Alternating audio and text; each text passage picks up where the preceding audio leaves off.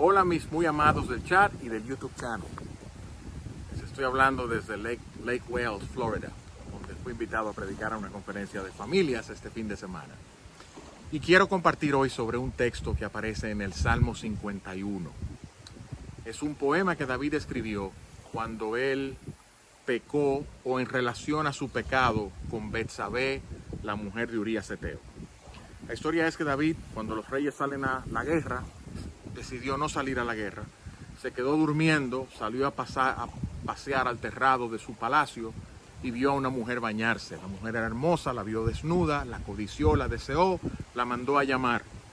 La mujer le dice: yo soy casada, pero él como quiera se acuesta con la mujer, es Betsabé, y la mujer luego le dice: estoy embarazada.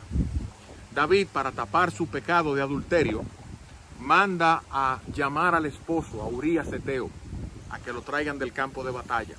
Cuando mandan a llamar a Urías Eteo, David le dice que quisiera que se quedara en su casa, que él era un buen soldado, lo embauca para ver si duerme en su casa y se acuesta con su esposa y tiene un hijo. Urías dice que no, que él no podía quedarse con su esposa cuando el arca de Dios estaba peleando, cuando el pueblo de Dios estaba peleando por el arca del pacto. Y al mismo tiempo, David emborracha a Urías, a ver si emborrachándolo logra que él se olvide de sus escrúpulos y se acueste con la esposa y se pueda tapar el embarazo. Urías no lo hace y David lo devuelve a la guerra y escribe una carta diciendo que pongan a Urías en el lugar más peligroso de la guerra, cerca de la torre quizás, o en algún lugar donde hubiesen muchos flecheros, y que lo dejaran solo para que lo mataran. Pasa el evento, efectivamente Urías es dejado solo, lo matan, le traen la noticia a David, él hace un espectáculo: oh, qué triste, mataron a Urías Eteo, pero todo fue su complot para matar a este hombre y quedarse con la mujer y tapar su adulterio y tapar el embarazo. Y pasa el tiempo y viene el profeta Natán y enfrenta a David con su pecado. Le hace una historia de un señor que tenía una ovejita, que la quería mucho, que la trataban la ovejita como si fuera uno de los hijos, que pasó un día un transeúnte, un viajero, y que pidiendo comida, en vez de él darle de la comida o de sus ovejas, fue donde el señor que tenía una ovejita, que la quería mucho, la familia y los hijos, y le mató la ovejita. Y David se indigna y dice: ese hombre es reo de muerte. Y Natán el profeta le dice: tú eres ese hombre. Yo a ti te puse por rey de Israel, te di todo el honor en Israel, te di las mujeres de Israel, y tú cometiste un pecado vil, y por causa tuya el nombre de Dios ha sido blasfemado, porque obviamente todo el mundo supo que era una trama de David para él tapar su maldad. Y David pierde el hijo es muerto, Dios mata al niño, le dice a David: la espada no se apartará de tu casa jamás, no tendrás paz por el gran pecado que has cometido. Pero David escribe un poema de confesión. Y en ese poema David dice: contra ti solo he pecado y he hecho lo malo delante de tus ojos.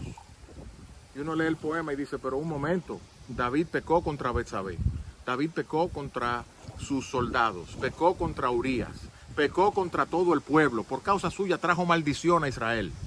¿Por qué él dice contra ti solo he pecado? Porque todo pecado, al final del día, se comete contra Dios. Aunque le hacemos mal al prójimo, aunque herimos a una persona, aunque le hacemos daño, no importa lo que hagamos, todo pecado se comete contra Dios. Por eso la epístola de Santiago dice que el que trata de guardar toda la ley, pero ofende un punto de la ley, se hace culpable de todos los mandamientos, de todos los pecados. Porque el dador de la ley es uno, Dios. En ese salmo David confiesa su pecado, se quebranta delante de Dios y Dios le dice: tu pecado ha sido redimido, tu pecado ha sido perdonado. Y él compuso otro salmo describiendo la bienaventuranza del hombre cuya transgresión es perdonada y cuya maldad es borrada. Las consecuencias del pecado de David no desaparecieron. David vio más hijos morir, vio guerra en su casa, vio traición en su casa. Finalmente el reino de Israel se dividió.